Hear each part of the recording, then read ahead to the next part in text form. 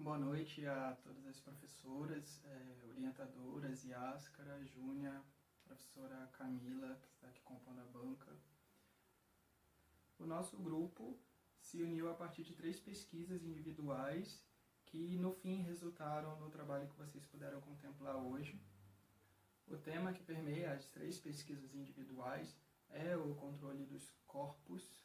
A referência que a gente tomou foi na época em que ainda estávamos lidando com assuntos de relação amorosa para a dança, como tema para a dança, e a professora Yáscara nos indicou o livro A Função do Orgasmo, de William Reich. Dessa obra que nós tiramos os nomes, não exatamente os nomes, mas foi a partir daí que fizemos a segmentação da nossa apresentação em 3 atos. Foi da obra também que retiramos o conceito de coraças e teoria do caráter. Desde o início do processo de TCC, eu procurava encontrar uma relação entre dança e cinema. A partir daí, eu comecei a me questionar sobre o controle que a galera da produção, né, dos filmes tem sobre as pessoas que estão sendo filmadas, né, no caso dos atores, e sobre a visão que o público vai ter daquele ator, né, sobre o que ele vai assistir. Não é o público que escolhe, também não é o ator. A partir daí, eu comecei a me questionar sobre esse descontrole que eu tenho da visão do outro e o descontrole a partir desse corpo que é podado, né, num plano minúsculo que é esse da tela, em comparação com situações reais, né, com palcos e outros lugares presenciais. Então, como expandir o meu corpo dentro dessa configuração. Do meio para o final do processo, a gente começou a perceber que o controle, que a ideia do controle estava batendo só transversalmente no nosso TCC. Então, a gente percebeu que os sentidos estavam muito fortes, né? Os sentidos, as sensações, a ideia do controle dos prazeres, né? Estava bastante forte. Em uma aula, após a conversa com a professora Júnia, também orientadora, fizemos a inclusão do tema dos sentidos a partir do livro Antropologia dos Sentidos.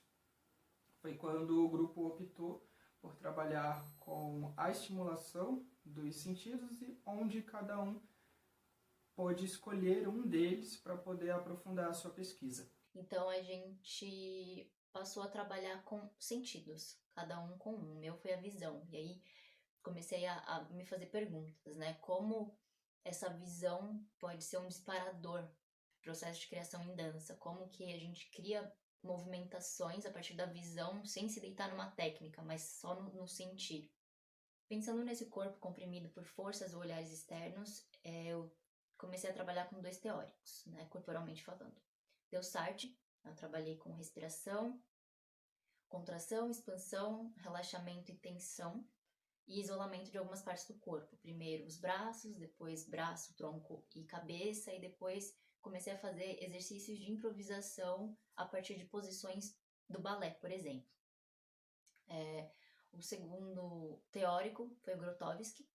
O Grotowski ele chegou bem no início do processo, né, com alguns exercícios de treinamento corporal do ator mesmo, né, trabalhava músculos e centro, e eram movimentações mais fortes, mais firmes. E ele também chegou como parte fundamental da estética do grupo, né, da obra que a gente escolheu. E ele chegou com a ideia de interação com o público, que foi bastante difícil de adaptar nesse momento de pandemia, mas que a gente conseguiu criando propostas para o pessoal realizar na pré-estreia, na estreia, e tickets também, né, ingressos, porque por mais que eles não estivessem ao vivo conosco, a gente pensou que seria interessante propor essas atividades e liberar esses ingressos para eles guardarem. Bom, estou aqui para explicar por que a audição, o ouvido, foi aí o meu sentido de escolha para esse dispositivo, para essa dança. E para essa explicação acontecer, a gente tem que pôr como plano de fundo eu como condenado do ritmo. sempre usei o ritmo, o tempo, o contratempo, os compassos para classificar a dança como certa ou errada. Então, me propus a me libertar ou ainda se desfazer ou relaxar esse sentido. Então, me propus a desligar desse sentido através do ouvido, da audição e de outras partes, e com isso fazer uma dança sem o julgamento de certo ou errado. Eu dancei sendo menos condenado por esse sentido, tentando relaxar ou desligar ele, e é muito legal porque isso modificou a minha dança e modifica também o olhar que eu tenho para a dança do outro. Uma vez que eu usava ritmo, andamento, que você percebe principalmente pela audição, como condição sine qua non para a dança de A ou B estar certa ou errada. E a gente sabe que tudo isso é uma falácia. O sentido pelo qual eu optei foi o paladar. Me senti instigado a conhecer mais esse meu sentido, pouco explorado, pouco observado.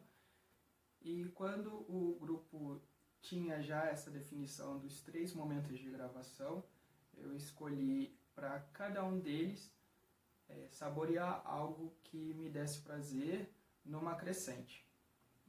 E antes de saborear, de degustar, eu fazia um ritual de limpeza, que foi tomar um banho, escovar os dentes, beber uma água,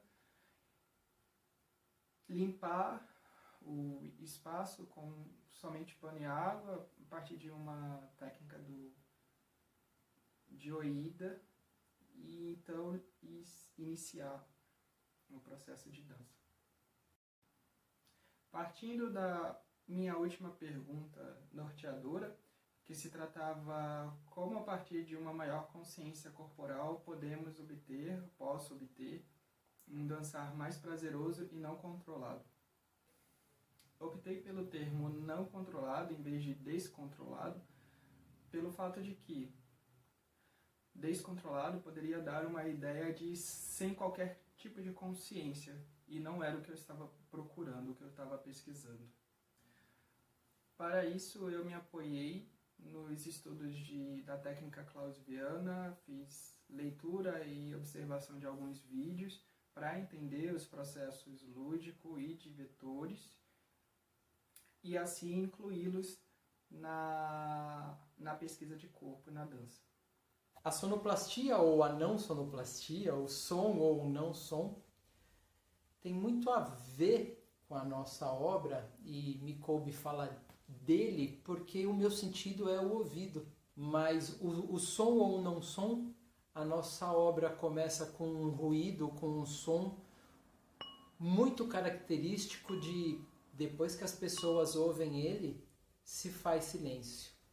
Então eu convido você a assistir nossa obra no silêncio, ou ainda com alguma das músicas que a gente está sugerindo na playlist. E quer alguma coisa melhor para incentivar a audição do que o barulho ensurdecedor do silêncio? Não tem. Para você brincar com esse sentido. Quanto à iluminação, ela foi trabalhada de forma bem simples com o que nós possuíamos. A gente utilizou uma quantidade de luminosidade para cada um dos 3 momentos da gravação. Começamos com uma iluminação mais aberta do ambiente, que ia reduzindo gradativamente com foco para os dançarinos, a partir da utilização de luminárias e lanternas. Então, à medida que os dançarinos iam se aprofundando no seu sentido, era como se a atenção, aí representada pela luz, fosse cada vez mais para dentro de si. Ia do externo para o interno. E sobre o figurino, A gente visitou alguns laboratórios, assistiu alguns laboratórios que os artistas começavam vestidos e depois iam se despindo até ficar de cueca, e a gente achou isso muito libertador, muito não controle. E a gente decidiu dançar então de cueca boxer. E aí alguém vai falar, bom, mas você tem uma mulher no trio. É verdade. E por escolha dela, ela também decidiu dançar de cueca boxer, porque explicou que isso dava uma liberdade aos movimentos dela que a calcinha, por exemplo, não traria. Agora a gente pode também pensar por que a roupa masculina é libertadora e a feminina não. Sobre a cor dessas cuecas boxer é RGB, né? Red, green e blue. Vermelho, verde e azul. Essas cores somadas resultam no branco. Daí a gente escolher camisa branca. Sobre a estética do filme, a gente se inspirou num diretor de cinema dinamarquês, né, chamado Lars von Trier, e no Dogma 95 que ele criou, né, um conjunto de regras para a criação de um cinema mais realista e menos comercial, um cinema que se distancie do cinema hollywoodiano, né, porque o Lars ele foca bastante no trabalho corporal do ator e no papel social do cinema.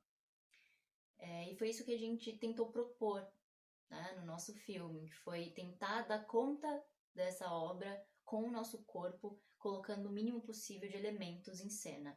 Eu acho que é importante citar o nome de uma mulher da dança, a Maya Deren.